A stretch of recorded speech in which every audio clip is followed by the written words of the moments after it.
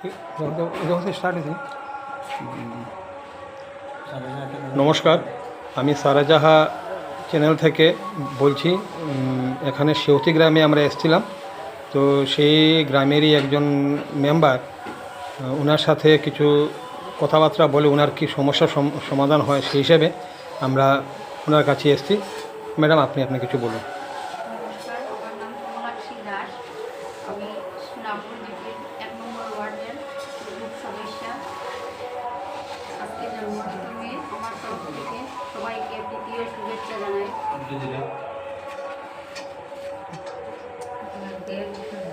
আপনার গ্রামের কিছু সুবিধা অসুবিধা কী কী?